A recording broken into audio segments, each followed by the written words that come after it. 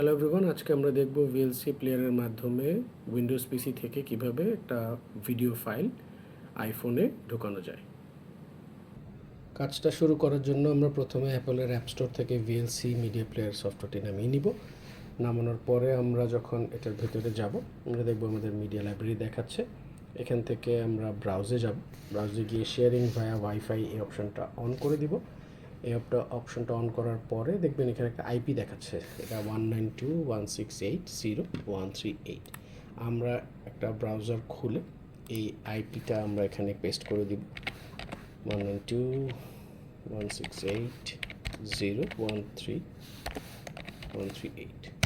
দেখেন ওখানে ভিএলসি দেখাচ্ছে। সো আমাদের এখানে শেয়ারিং ভায়া ওয়াইফাইটা কিন্তু চালু হয়ে গেছে।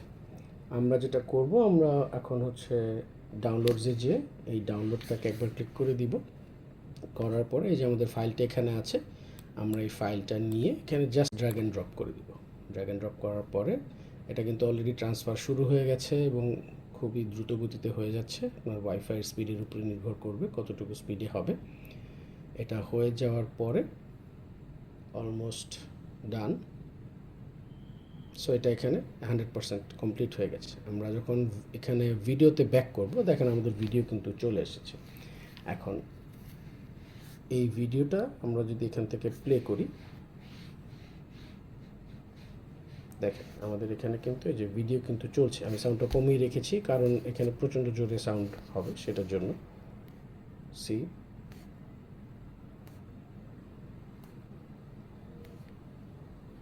The video is running, video চলছে।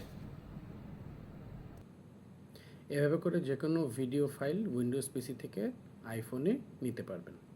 ভালো থাকবেন, থ্যাংক ইউ।